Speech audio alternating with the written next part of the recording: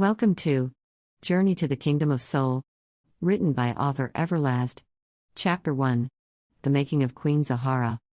A misty rain swept through the land, covering the already wet industry army, as they stood shoulder to shoulder. Spots of flambeau light sparkled in the distance from the top of the 30-foot wall that surrounded the small town of Pakistan, illuminating the vicious stares from the legions of foot soldiers as they patiently waited for their command to attack. The fear within the walls of Pakistan could be felt throughout the small city as the townspeople ran to and from preparing for the inevitable battle. "Are the archers in position?" King Stephen asked his general-at-arms. "Yes, sire," General Rock answered as he looked over the people scurrying for cover.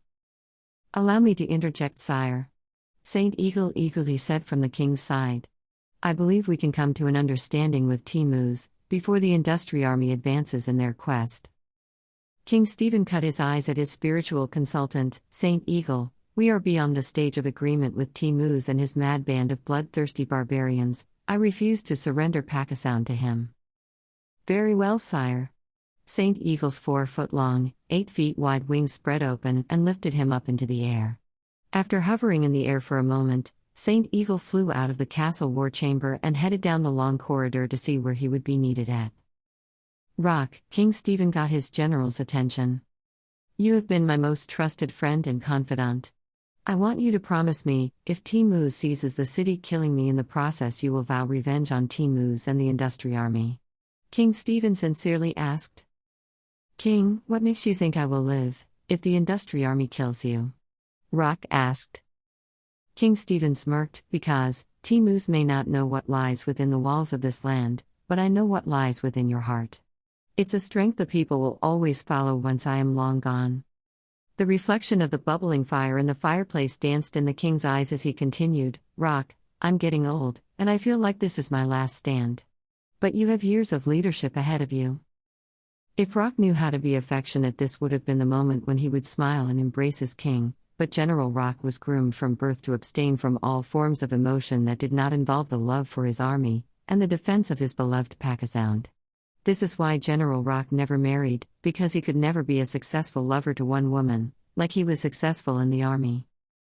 His rocky dark skin, that seemed impenetrable through the many battles General Rock had been in, made the stocky man a rising force in the king's army. Rock was blessed with the natural ability to lead winnable campaigns against the small assault that came upon the city during his years of leadership.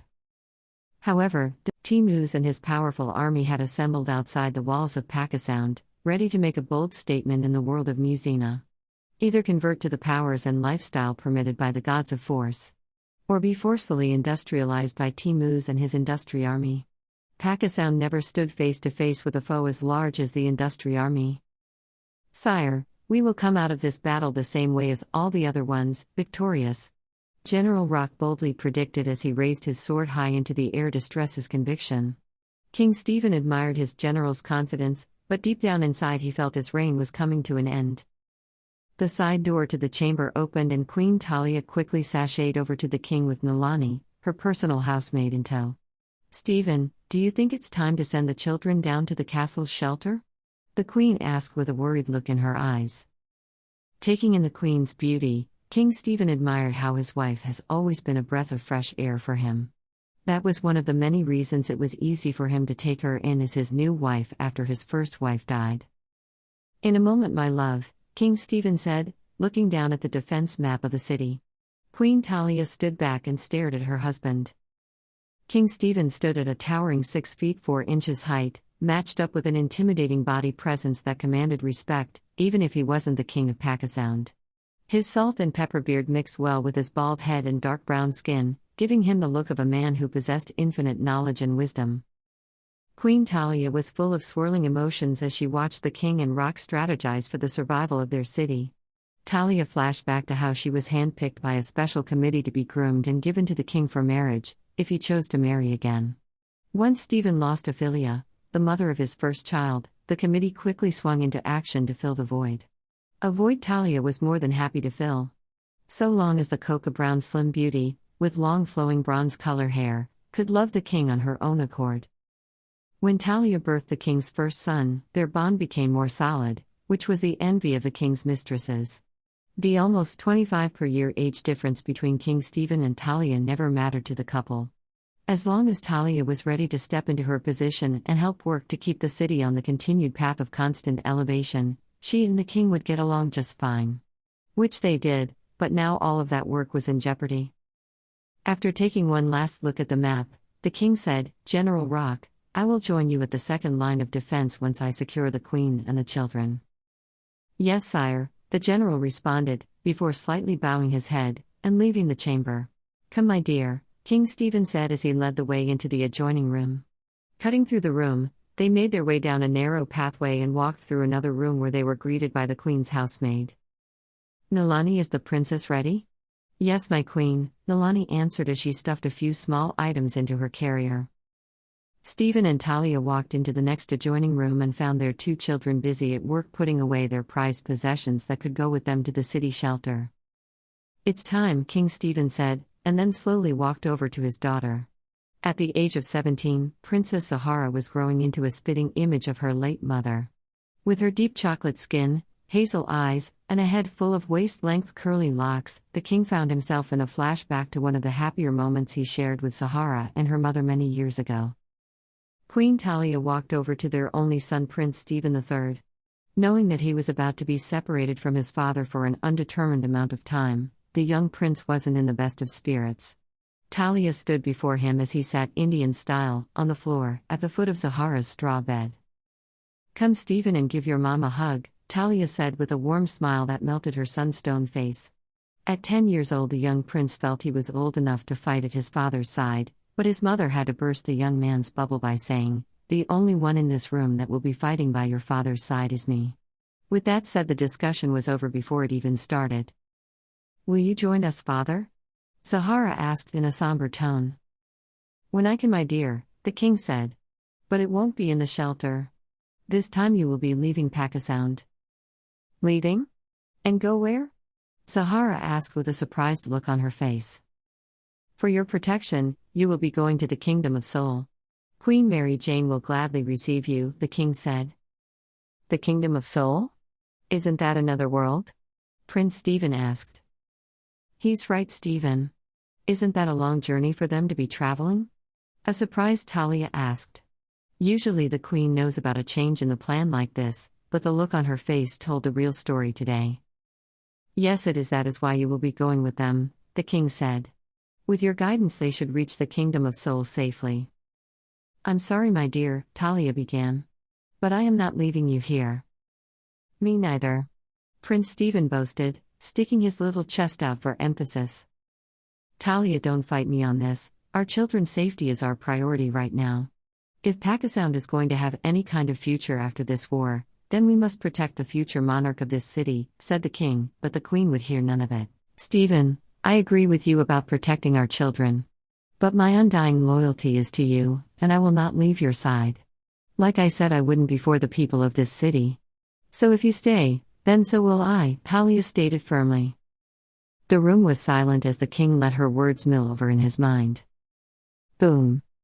A loud explosion rattled the night sky, interrupting Stephen's thoughts. "Nalani, you go with the children," Talia said quickly, taking control of the conversation. "Yes, madam," Nalani agreed. "Zahara and Stephen, come with me," Talia ordered, bringing the children through the side door and into a small chamber. The special chamber was used by the king and queen as a spiritual parlor. Nalani stood in the doorway, as King Stephen held his sword ready for anything. Queen Talia walked over to the altar and picked up a large brown book that had the Pakistan insignia on it. She put the book into a carry bag. Then she grabbed a gold necklace with a glowing heart dangling from it. Zahara, Prince Stephen, and Nalani never laid eyes on the glowing heart. "What is this?" Zahara asked as the charm was placed around her neck. "This is the heart of Pakistan. Its powers are unlimited and sometimes uncontrollable," Talia said. "But something is telling me you are the right person to finally learn how to use the heart for its intended purpose." The king stepped into the room to add his insight. "When the heart was first found by your mother, we all thought she would be the one who could channel its powers into the soul of land. But what happened?" Zahara quickly asked, feeling like this would finally be the moment when she will hear about her mother's sudden death. Like Talia said, The heart possesses very strong powers that no one has been able to control. Not even Saint Eagle. And Saint Eagle is the most powerful priest in Pakistan. The king said, trying his best to keep the old tale short. Did it kill her? Zahara asked, causing everyone to turn to the king for confirmation. He slowly nodded his head and said, "We believe so, my child." "But that doesn't mean you will face that same fate," Talia quickly added. "They say the Kingdom of Soul possesses many answers to very complicated questions. You may discover in the kingdom things we could not find here," she told Zahara with an affectionate look of honesty in her eyes. Zahara silently nodded, then tucked the necklace into the silky green wrap she was wearing. Talia kissed Zahara's forehead and gave her a big hug. Then Talia handed the prince the carry bag with the sacred book in it. "With this book you will forever be the people of Pakistan future ruler. In this book there are spoken and unspoken spells and gifts that were used to build our beautiful city." The young prince took the bag and slung it over his shoulder. "Protect this book with your life, my child," the queen said, before taking his face into her hands and kissing him on his cheek. The king stepped up and kneeled down in front of his son. "This is the first sword my father gave to me when I was about your age. And now it is time I pass it down to you." He handed his son a 1.5-foot-long sword. The prince took it, admiring the Pakistan insignia on its thick silver handle.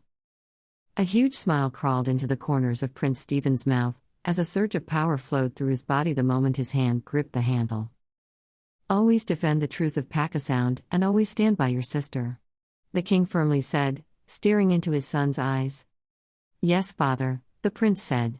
Stephen helped his son strap the sword's case over his back, and gave him a big hug. "Nilani, I'm trusting you to bring the children to the Kingdom of Souls safely," Queen Talia said sternly to her housemaid.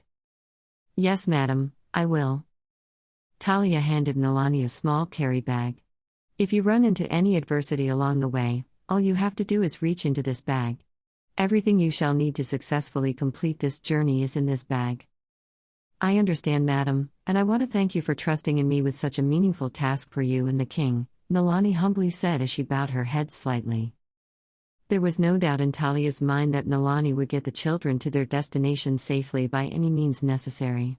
Talia had spent most of her adult life with Nilani as her housemaid, and now she considered Nilani a friend.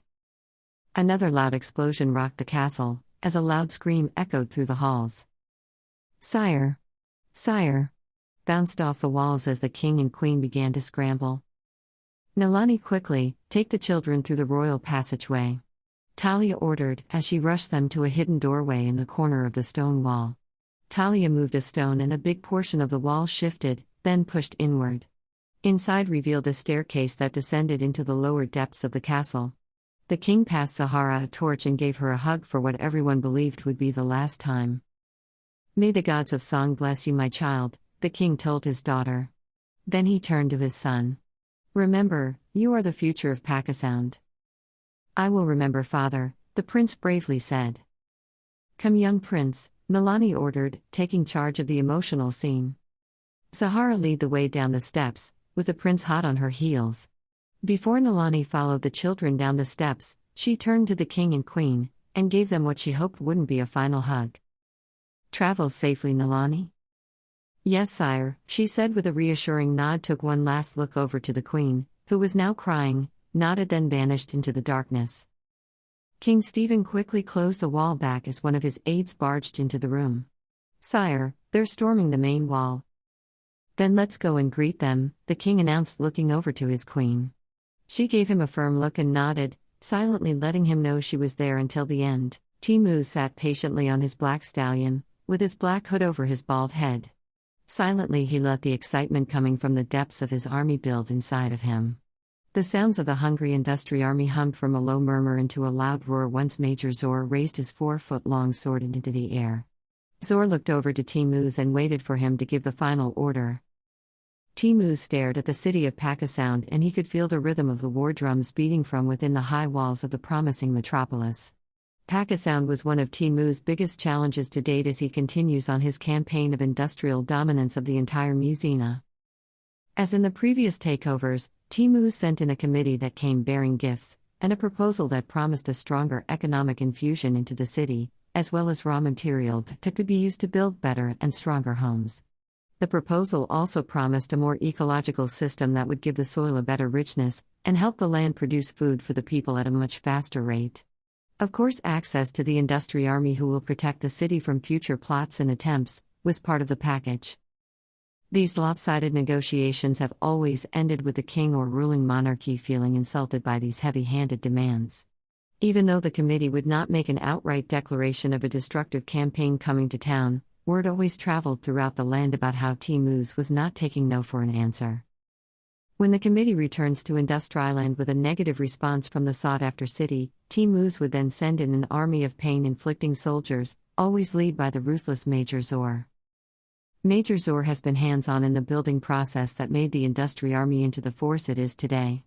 The troops respond to Major Zor with a mirror-like brutality they witness their leader administer to the enemy numerous times. With his forearms and hands covered in impenetrable gold, the Major has been known to rip his victims' limbs out of socket. Usually Timu's would send Major Zor with a sizable army to take over a city, but the seizure of Pakistan was different. He thought back to when his great-uncle Boli almost died in a famous battle against Pakistan. It was a defining moment in Muzina where many states erupted into war for that state's independence. Watching his uncle come back with only a third of his troops and a defeated look made Timu's vow to win any war he was to lead in, especially one against the land of Pakistan. To industrialize Pakistan would be a powerful victory on Timu's resume. The troops worked themselves up into frenzy, as Major Zor awaited the signal. His horse sneezed and shifted in his stance.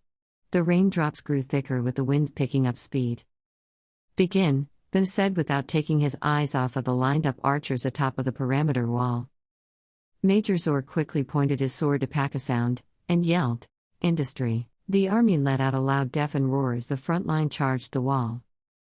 General Rock kept his eyes on the mass approaching sea of foot soldiers, who kept their shields in a protective position. "Steady!" Rock yelled over the loud war drums. "Steady!" The sea was within 300 yards. "Fire!" On General Rock's command, the archers released a hailstorm of poisonous arrows through the night sky. Even with their burning torches, the industry army could not see the venomous arrows raining down on them. "Shields up! Shields up!" Orders began to circulate through the ranks, as the wounded fell to the ground. The hundreds of surviving soldiers dropped down to one knee and put their shields up over their heads. When a break came, the soldiers hopped back up to their feet and continued to charge at the wall. Fire! The heavy sounds of catapults releasing big fiery balls of destruction into the air, along with another barrage of poisonous arrows lit up the sky, shining light on the entire flatlands. The furious pace of the war drums thumping a hard rhythm was so intense, King Stephen could feel it in his teeth when he joined his general at the command post. The king stayed in the background, with the queen by his side, watching his general coordinate their line of offense. Fire! The air assault hurt the approaching enemy, but as they reached inside of 100 yards of the city, fewer soldiers succumbed to the onslaught. "They're on the wall!" Someone called out. "Release the kettles," the general ordered. Big bowls of molten hot tar were tipped over the side of the wall, stopping the determined attackers in their tracks. Screams rang out as the lead ranks fell off of the ladders that made it to the wall. The second line of attack quickly stepped over their fallen comrades, picked up the ladders and proceeded to climb up into the waiting hands of desperate Pakistan defenders. Boom! Boom! Boom! King Stephen kept a straight face as the rattling of the front portcullis vibrated through his body. 20 to 30 men wheeled a large tree bark back, then wheeled it up against the portcullis, sending debris flying. A strong second effort is what the industry army used to get over the ledge, and the hand-to-hand combat began. Boom! Boom! Boom! The industry army soldiers roared out in triumph as they made a big crack into the front gate. "Hit it again!" someone ordered. The large battering ram was wheeled back and rushed forward. Boom! Some of the soldiers working the battering ram cried out in pain as another hot kettle of tar was poured onto their heads. Hand-to-hand combat is General Rock's specialty. Once he witnessed the first sign of the enemy coming over the ramparts, he quickly unleashed his sword from its holster and ran straight for the first person who looked like they would make it over the ledge untouched. Whoosh! General Rock swung his sword, chopping off one of the attacker's arms. Then he kicked him back over the ledge. The war was officially on. Saint Eagle flew in and landed beside the king. "Sire, the front gate has been breached," he said with nervousness in his voice. "Then make sure they don't make it into the castle without a fight," the king ordered. "Yes, sire," Saint Eagle said before flying off to go help the troops in the front court. King Stephen stood erect, taking in the struggle between his troops and the Industry Army, until he felt it was time for him to release his own share of fiery. "Talia, I want you to protect the people in the shelter," the king ordered. Talia was hesitant to leave her king's side, and he felt it. He looked into Talia's eyes, then kissed her for what might be the last time. "Don't worry, my queen, we have the gods of song on our side. Now go." The assuring words were enough to motivate Talia to go tackle her task without any arguments. "Yes, sire," then she quickly ran off. King Stephen stepped out of the post and jumped right into the battle, swinging his sword with a purpose as the Industry Army soldiers began to come over the wall like ants. "Let's go," Timmuz calmly said to Major Zor, and with a security team consisting of 50-foot soldiers and 50 knights, they galloped to the front gate under the horrifying sounds of bones being crushed by the horses, and rushed right through the destroyed portcullis. The courtyard was full of men engaged in hand-to-hand combat. Saint Eagle flew around over the soldiers' heads, releasing spells on the invaders. Timmuz admired the all-white wizard with wings. He saw Saint Eagle as an asset to his army only if he could convert him. Timmuz pulled down his hood, letting the rainwater run down his porcelain white bald head. His eyes turned into a dark red as he locked his sight on Saint Eagle. A sound wave powerful enough to crack stone vibrated through the air, knocking down everyone in its path. Saint Eagle's wings froze on him and he crashed out of the sky onto the muddy court grounds. "Seize him," Timmuz ordered Zor. Major Zor and 5 of his men dismounted their horses and surrounded Saint Eagle, who was squirming around on the ground in a confused state. "Toss the net," the major ordered, but Saint Eagle gathered himself. "Work," he spat and turned the net into a pattern of snakes. "Work. Mark." The snakes rose off of the ground, then flew at the soldiers like daggers. Some of the snake daggers hit their intended targets, but were stopped before penetrating the knight's armor. That did not stop the snake daggers from taking down the soldiers who were struck on their hands and faces.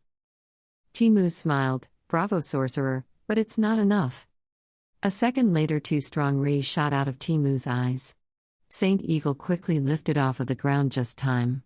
The 2 rays shot by him and slammed into a wall, sending debris sprawling everywhere. Saint Eagle fired 2 hard fireballs out of his hands at Timmuz. Boom boom. Timmuz chuckled as the flames bounced off of his protective shield that formed around him like a bubble. "Silly fool," Timmuz hissed, then shot out a succession of eye rays. Saint Eagle ducked and weaved, but 2 of the rays clipped his wings. His feathers caught fire, causing Saint Eagle to panic and fall out of the sky.